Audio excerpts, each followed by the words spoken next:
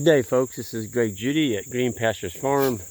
Today I'm out in the ram pasture.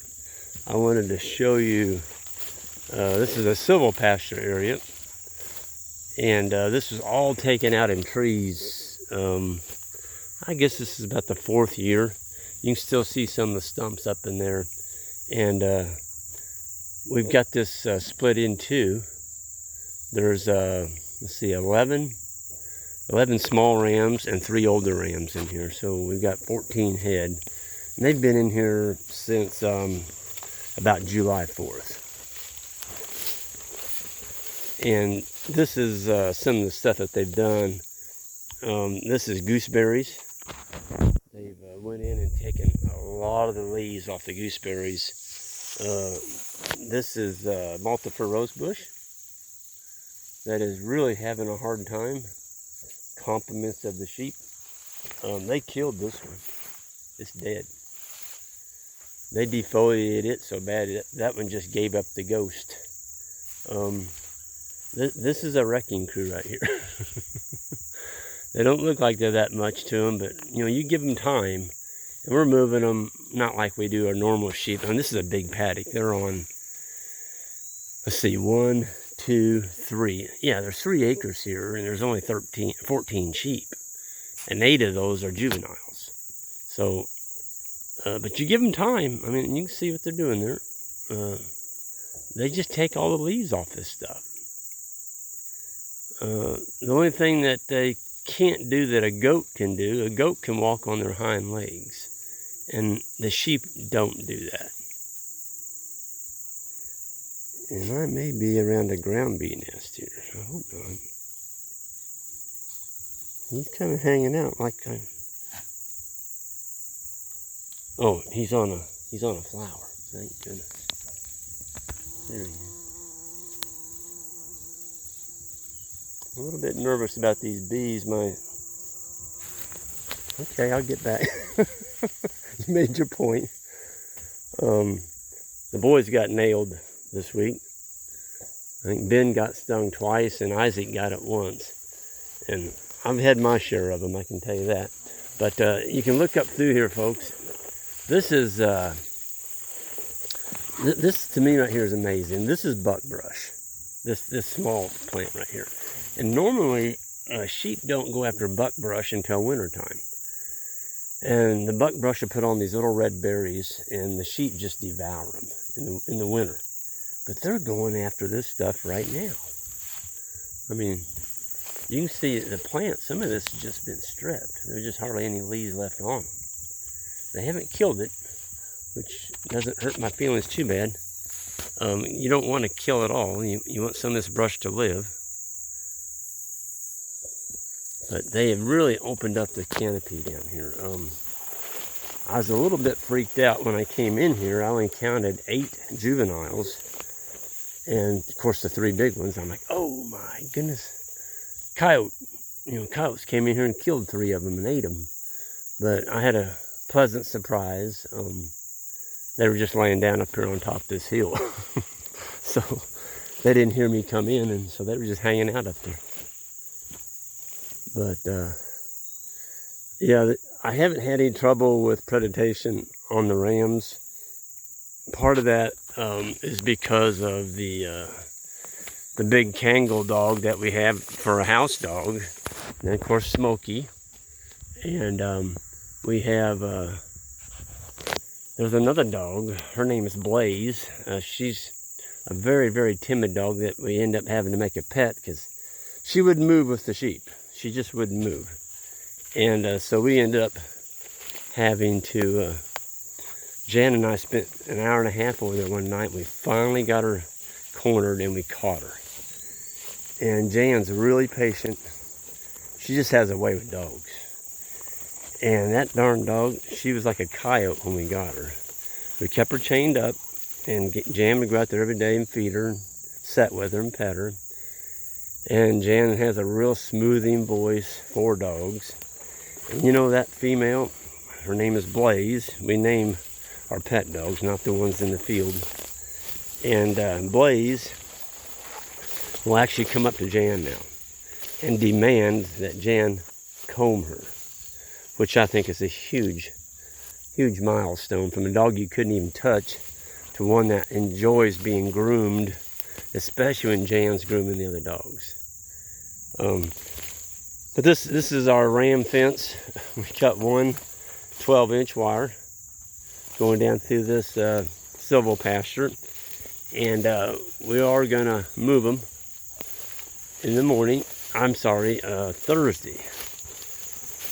We got a wire over there. It's kind of, no, it's not. It's just pulled down in that low spot.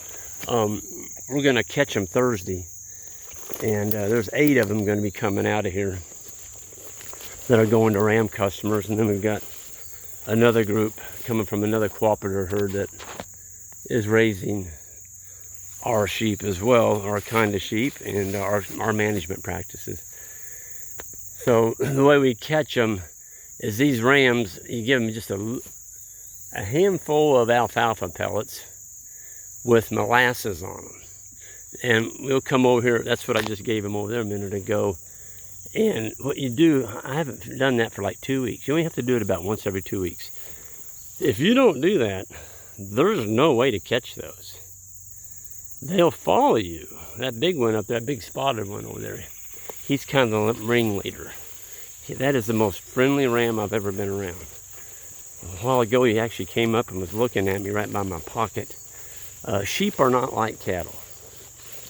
Or our sheep aren't, because we don't feed them grain.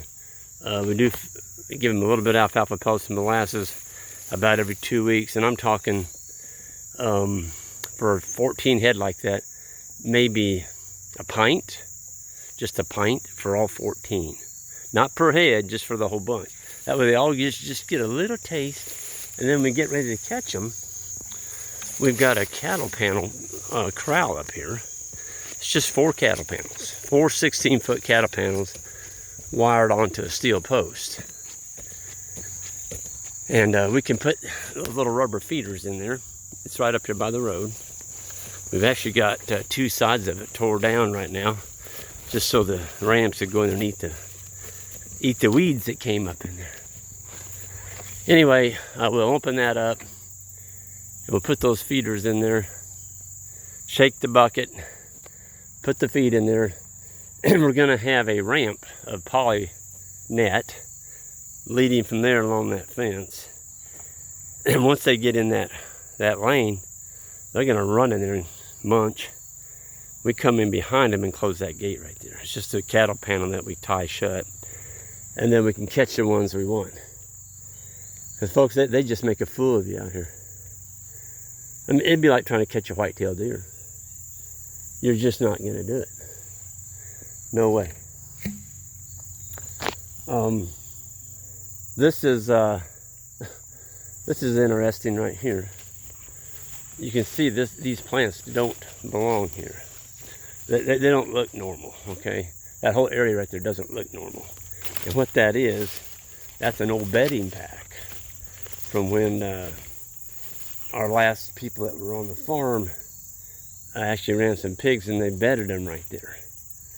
Put a whole bunch of real thick hay, and the hogs spent a lot of time there pooping and just living in there. And it was deep enough that it suffocated out the soil, suffocated out what was growing there naturally, which is this. This is natural. Now it's just weeds. But you know, over time that will correct itself. I'm not sure what weed this one is, but we're going to find out. I'm going to be real curious if this... See, this wasn't in here when the rams are in here first.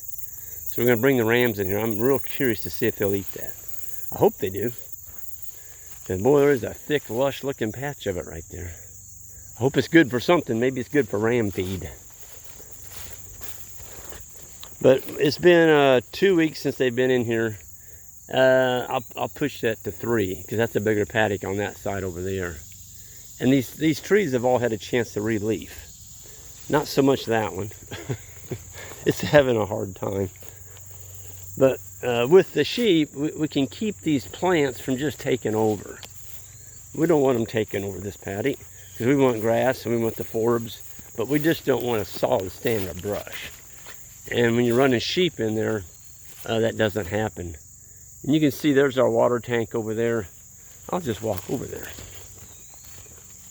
This is pressurized. It's coming off a hydrant about, it's 200 yards, maybe 300 yards up that draw. And what we've got is this. It's just plain old black pipe right here. Okay. It's got a cheap, this is a female fitting with 2 pipe clamps on it. 3/4 inch polyethylene. You can buy that in 400-foot rolls. And this is my quick coupler right here. That snaps in. Now, I'm not going to pull that out of there. This is the female. This is the male, and it's screwed onto my garden hose. The garden hose comes over here to the tank like this. Okay. And yeah, so got good water, which is pretty cool. Good clean water. When the rams are moved over to this next paddock on this side, you don't even have to dump the tank. You just drag it and set it on this side of the wire, and then you're good to go again. These sheep are ready to be moved. We're going to move them tomorrow. Put them back over here. This has had a chance to recover, and they're going to be pretty happy in there. This is looking pretty picked over. But you know they're not out of feed, and that's because there's an autumn olive bush, and those limbs are low enough that they could easily pick those off. Hey, pretty little guy. You're a good looking little ram. See, these were born in May, and they're going to be... Let him drink if he drinks. I shut up. Nope, he's not thirsty. So these rams are born in May, and they're going to be old enough to breed in December 1st. On young rams like this, folks, you don't want to put 50 ewes on them, but a young ram like that could easily breed 20. He's going to be probably twice that big by December, because this is just August, getting toward past the middle of August. I think it's the 21st.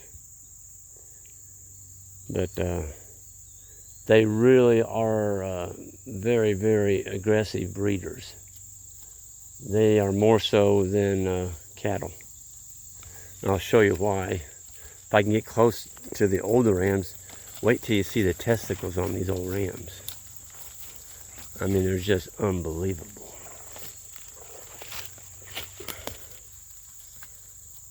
There's my spotted ram. I love that ram. God, is he a beaut. Yeah, aren't you pretty? Look at the testicles on that ram. I tell people they've got testicles that'll make a bull blush. Look at that. I mean, they're hanging down to his knees. That one ram right there can easily breed 75 to 80 ewes by himself. Now, when you do that, you're turning them in December, you got to remember something. You're going into winter, and you're putting a lot more pressure on him. He's going to lose some condition, and maybe you don't want to do that.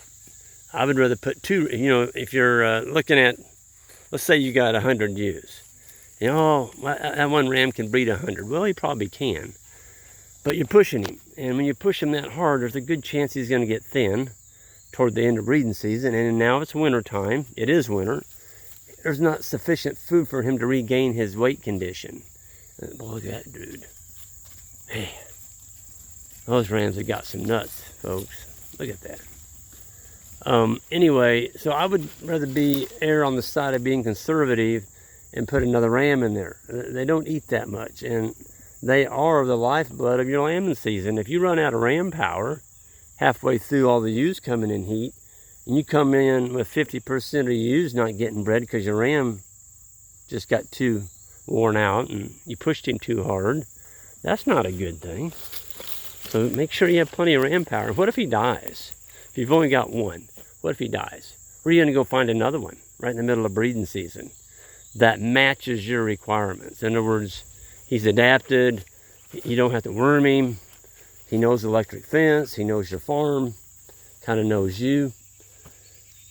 Yeah, that's what I'm talking about. But man, I just love what I see here. They have really put the hammer on the brush in there. You can see it. Yeah, there's still a lot of brush in there, but it's all pickings. You know, it's just all good browse. And when we take the rams out of here, this will all come back. So we're starting to see a lot more deer in areas where we run the sheep because it recovers and there's a lot more tender sprouts. And that's what the deer like. They like the tender sprouts. They don't like the old stuff. They like tender sprouts. So with that, I think I'm going to wrap this up. The rams are going to be sorted this week, and the younger ones, we're going to sell some of those. And you know, here we are, almost 2/3 of the way through August. It's going to be winter before you know it, and the rams are going to be happy being turned back in with the ladies. So we turn them back in December 1st, and that gives us May 1st lambing on grass. Not in a barn, on grass. Folks, that's the secret. Don't put these sheep in barns. Don't lamb in barns. Why are you lambing in a barn for? Well, probably because you're lambing in February, January, March, all those nasty cold months. You want to lamb when there's something green to eat out in your field. That's the way you make money on sheep, is not feeding them grain, not letting them get parasites, keeping them out of their manure. I mean, it's all a great thing, okay? So with that, I'm going to sign off, and everyone have a great day, and we're going to see y'all down the road. And don't forget, hit that subscribe button on the way out, and the like. I would appreciate it. See y'all.